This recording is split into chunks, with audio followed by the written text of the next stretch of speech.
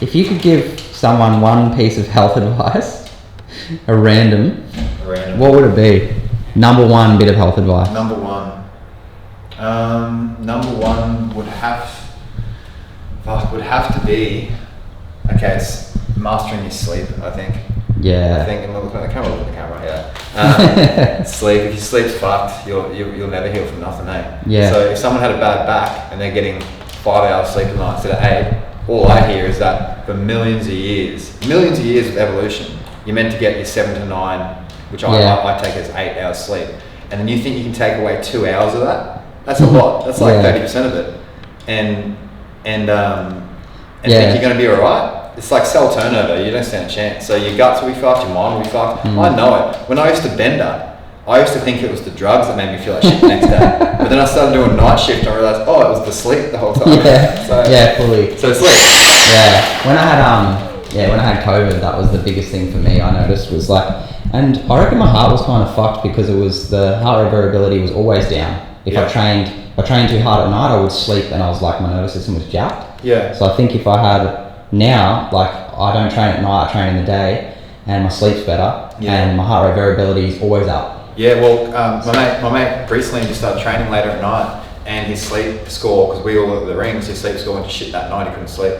Wow. So that just shows us you're not designed to be sprinting, chasing down animals at 8 o'clock at night. It's designed to be. When I went camping, it was crazy because there was no artificial light. The starlight is all I had. There was a lot of starlight, and I was like wrecked at 8:30, and I was like, this is the way it's meant to be. And I felt so good the next day when I woke up. Yeah. So to master your sleep, you got to master your light. So you got to get your blue light blockers. You got to make sure you get your rhythm set. Fully. You can't be looking at a light like this because all the body thinks is that is the sun. That's all it knows. It doesn't know. It does not know that we've figured out electricity in the last couple hundred years. Yeah, for sure. It's as simple as that. So early nights. Turn the lights off early. Yeah, for sure. Yeah. Cool. Teach. Okay. Exercise 1.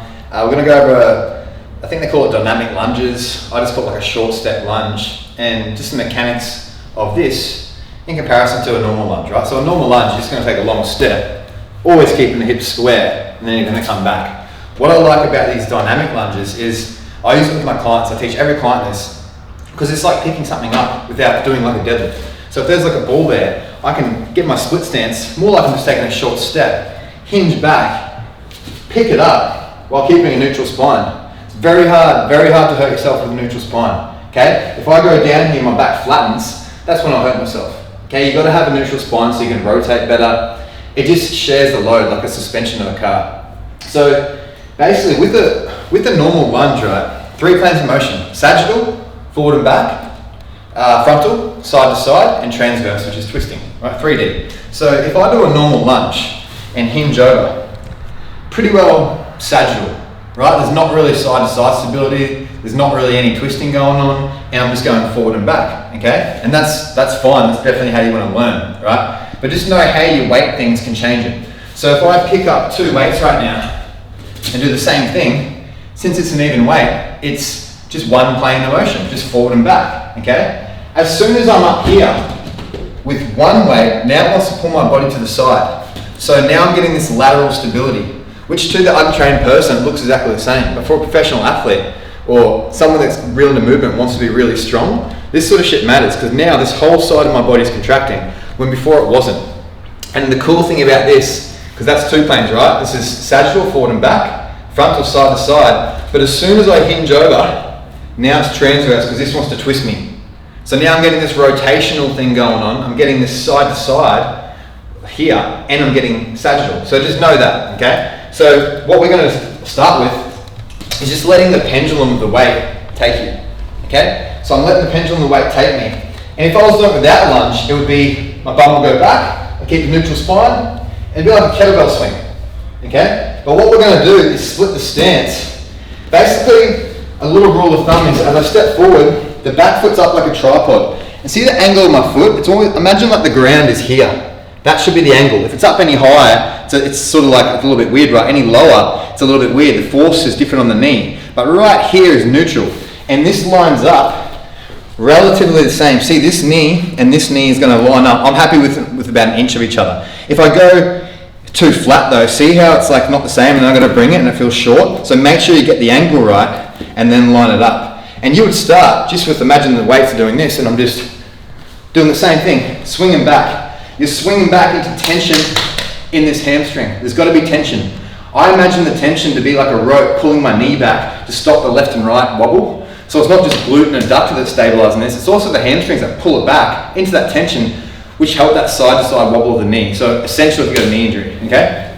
As I swing back, my spine is neutral, okay? If I take the shirt off so you can see, right? I'll draw my core in, breathe, and it's this doesn't change. So for me standing to here, this doesn't change, and that tension in the hamstring runs up my butt and helps me lift it up because it kicks back in the tension, pulls my pelvis under and lifts the trunk, okay? So you make sure everything's set.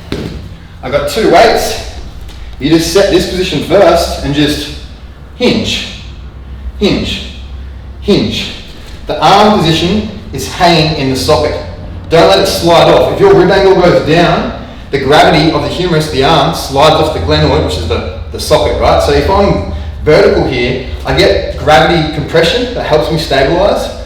But the rule of thumb is where I want these. If I go too low, see how I can't move my neck? So you can go too far down sometimes.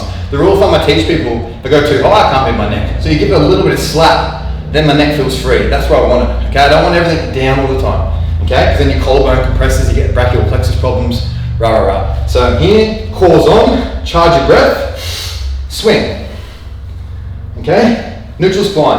I don't jam my lower back here. I just go neutral. And then what we're going to do is step, swing. The back foot's tracking. It's not in or out. If it goes in, I'll get bunions. Make sure it tracks. Right? All the weight's over this second toe here. So, again, here, step. Here, step. Here, step backwards. Step backwards. So it's a lunge. But remember, if I drop the weight, now all of a sudden it becomes transverse, and this is a lot harder. Even though it's half the weight. So the cool thing is, there's less axle loading in the spine, less weight in the spine, but I'm getting more of a workout. I'm getting stronger. This is the sort of shit you need to do to get strong. You can't just go forward and back all the time, okay? And without the weight, you can just practice here, this position. You're ready, you're set. It's almost like you're gonna, that was close. That was close. There was a fan above me, I'll be dead right now, okay? But swinging, up, swinging, okay? So start just with this. Remember, it's like a running position, right? But then you'll have start with 2 weights and then start with 1. And it gets fatiguing. But this is a way of teaching people. It's lining up the back chain, stabilizing my back. It's actually teaching you strength. It's not just this all the time. There's nothing wrong with that, but you got to mix it up. You got to move the fascia in different planes of motion. And make sure you core in, close the book. When I say close the book, these 2 bones, close it. Set the position, train your posture and your movement. If you don't want your head to be here, don't have it there, because then you'll be there. Bring it where you want to be. And if you run tension through that body enough and you've done the right fascia work, you'll stand good.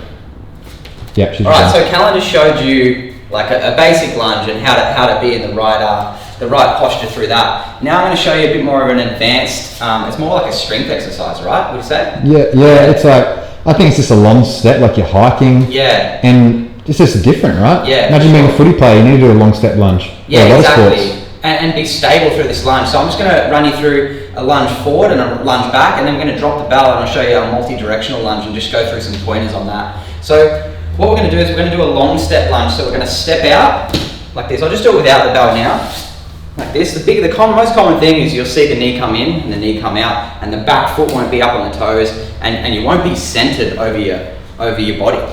So when I step out, I'm going to go long, nice and solid. Turn the core on, like Callan said. Breathe in, draw the belly button in, charge the thoracic cavity. Step, I'm solid. Step, solid. Step, solid. Everything needs to be tracking over the ankle, right? So when it goes here, you want big toe, little toe, heel, and you want to be nice and solid, and you want your knee to be tracking correctly. The most common thing I see from usually length tension shit is that goes in. So you'll be seeing a lot of this and a lot of out and in, usually in. But I'll just show you what it looks like with this. So you can start with Callan's lunge, which is hard, a lot harder than it looks. Then we're going to go here. So if you've got a club bell, I can do it with a kettlebell, whatever, but it's a lot harder. So you're adding that frontal plane here. we're switching the grip. So from here, we're sliding, that goes down, and we catch, catch, catch, catch. So show what it looks like forward. Don't even try to go backwards if you don't get it forward. So forward, up, over the head. That, and then we're going to go backwards.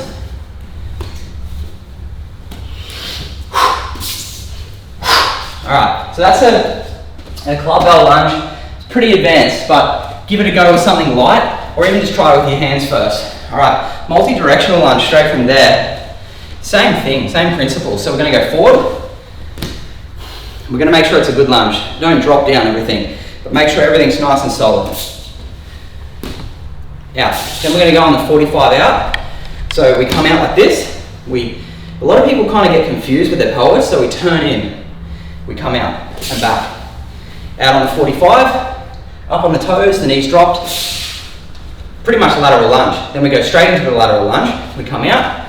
We're going to hip out like this. It's like you like running. Yeah, like skiing. Hey? Yeah, it's like skiing. It's like and you're getting that knee and hip like in one line. Yeah, that's what people struggle with. Yeah, getting the hip to track out over properly was really awkward for a long time, but once I got it, it felt good, and then you can load it. Yeah, I felt the same, and then I had to release my glutes and stuff, and it felt a little bit easier. Yeah, like flaring. Exactly. Yeah. So then we're going back on the 45, back on the 45, straight backwards, straight backwards, straight backwards.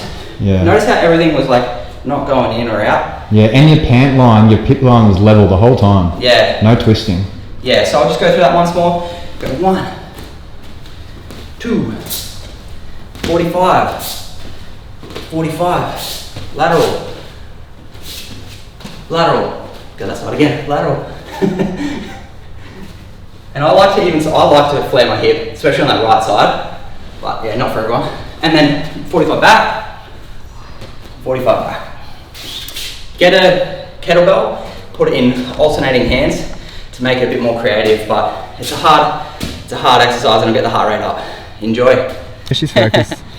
All right, I'm going to show you one Qigong exercise that I got off Master Shen here, and it's probably my favorite. It's super easy, but it almost feels like an Aldoa stretch as well. So fascia is electric. We're just electrifying the body.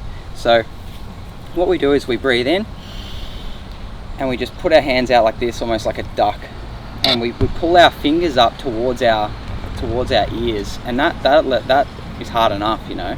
So then we're going to breathe in, and our hands come up. Breathing out, we come to the front. Still breathing out, we turn.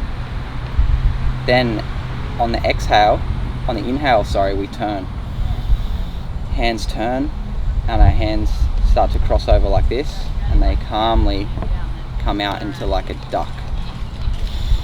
That's the end of the inhale. The exhale, you push out. Back to that fascial like kind of stretch. We're separating, it's like separating yourself apart, it's weird. And then exhale. So I'm just going to do a couple of reps to show you what it looks like without talking.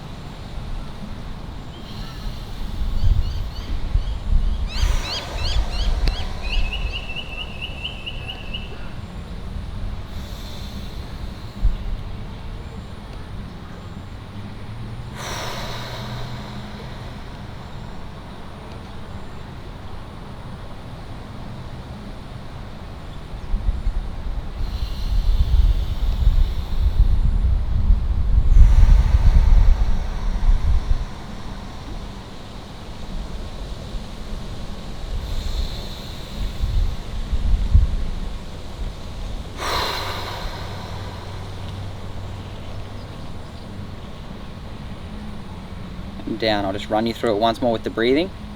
Breathing in, hands come up. Exhaling, around to the front. Get that fascial turn here. Exhaling, exhaling. Start to inhale. Hands come back towards you. They slide on top of each other. You're breathing in. This is the most powerful part. Exhale. push the energy away, continuing that exhale, down, sinking. If you want to learn more, I'm a very novice. Check out Master Shen Yi on YouTube. How do you feel like? Well, yeah, instantly you feel better, like dropping into, like even 3 breaths was electrifying, and I just felt like I slowed down, even in front of the camera. I slowed down for a second, and was just like, yeah, just cultivating energy. Hey, it's cultivating energy, and it's like feeling present.